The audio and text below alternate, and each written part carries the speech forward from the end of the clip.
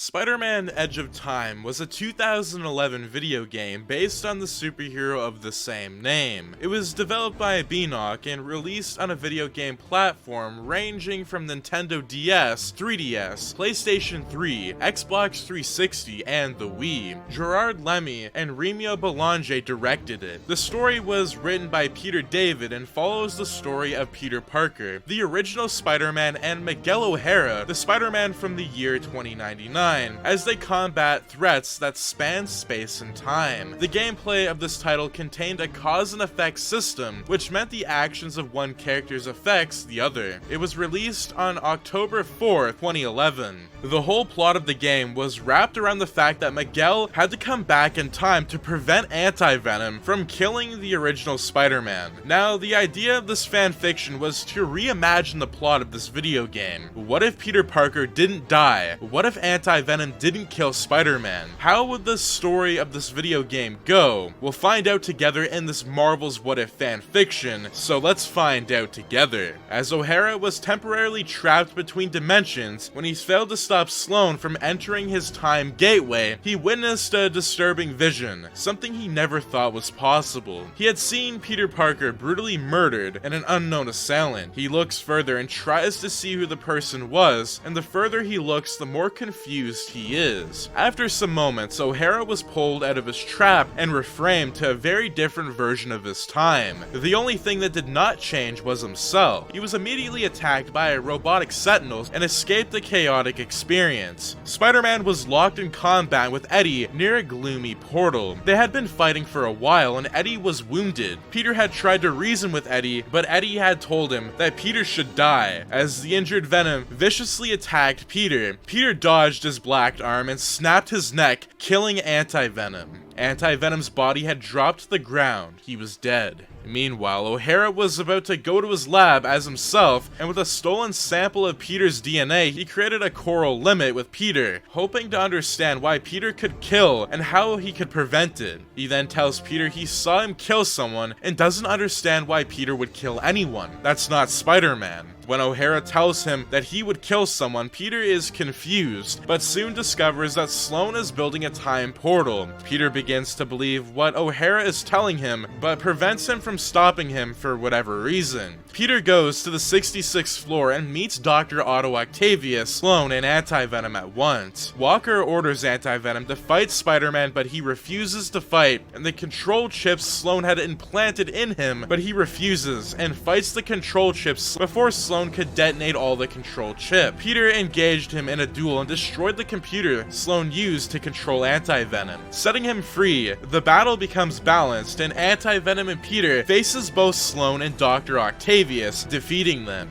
Meanwhile, O'Hara makes his way to the Time Gateway and jumps into the past to find Peter and Anti-Venom together, locked in a battle, as Peter tries to stop Anti-Venom from escaping. Peter was thrown into the future, and then Anti-Venom attacks O'Hara before Peter could stop him. Since O'Hara's powers is not radiation-based, he holds his own against Anti-Venom. Peter wakes up into the future and tells O'Hara monsters have attacked. O'Hara destroys the monster pods in the past, stopping the monsters from existing in the future. Anti-Venom and O'Hara call it for a truce and fight the real enemies Sloan and Dr. Octavius. Anti-Venom throws Sloan and Octavius into a portal, trapping them both in the past, present, and the future. Dr. Octavius's tentacles enlarge and surround the building, while Peter tries to jet to the past to repair the time portal. Peter finds out that MJ will die and begs O'Hara to save her. He refuses, but Anti-Venom agrees and saves her from the falling ceiling so that he is no longer in debt to Spider-Man. Peter goes to the archives, and on his way back, he meets his future self, who turns out to be the CEO of Alchemax and has been kept alive by a powerful anti-aging force. Future Peter Parker reveals that Anti-Venom saved Mary Jane from the past. He was able to continue being a hero, changing his timeline, as in his original timeline, MJ was killed from the falling falling ceiling and would change the way he looked at the Spider-Man mantle. Future Peter Parker picks his mask up, giving it to him, asking Peter from the past to end the time storm and to be the Spider-Man that he couldn't. Peter takes his mask, putting it back on in front of the future Peter, and Peter asks himself for help, saying that he can't do it alone.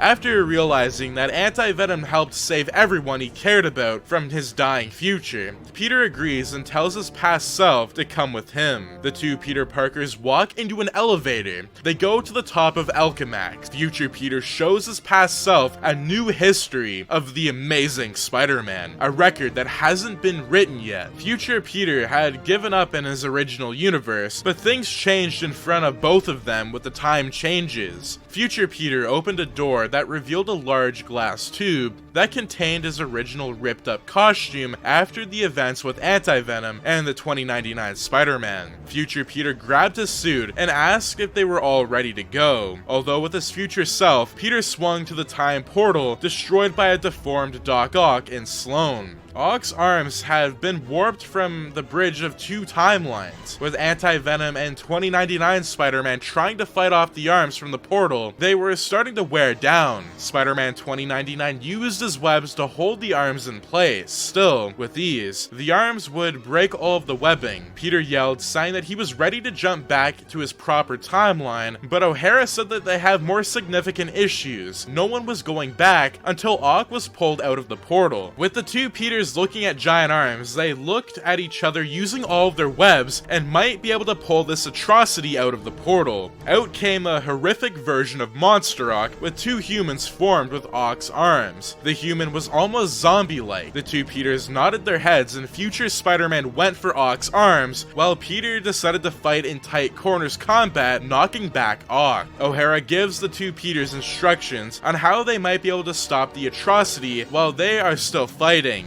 They figure out that there might only be one way to stop it, and that is by throwing him into the portal entirely. While his arms might have been trapped through time and space, if both Peters used enough force, they could throw Ock into the portal, letting him go through space and time forever. The original Peter disagreed with the plan, saying that he can't just sit by and let people get killed, even if it's Sloan and Dr. Octopus. They're still human. Future Peter disagrees by saying that if they don't do this now, the timelines could be still destroyed, and only they had the responsibility to make things right by ending this now. Future Peter uses all of his webs, launching Ock into the portal. While this is happening, O'Hara reveals that they are trying to keep things stable on their end, but they need to finish this soon. Peter knocks Ock, who falls to the ground near the portal, incapacitated. Future Peter yells for him to end this now, but Peter hands down, knowing he can't just kill Otto. Future Peter walks towards the body of Atrocity, ready to throw him into the portal for good. Their spider senses go off and Ock's arms go crazy. One of the arms knocks Peter far back near the gateway wall, electrocuting him, while Future Peter is in a brawl with the monster. Future Peter uppercuts Ock in the portal, and Ock falls through it, but his arms still hang on. Future Peter is distracted, but backflips in time before Ock grabs onto his leg, dragging him through the portal.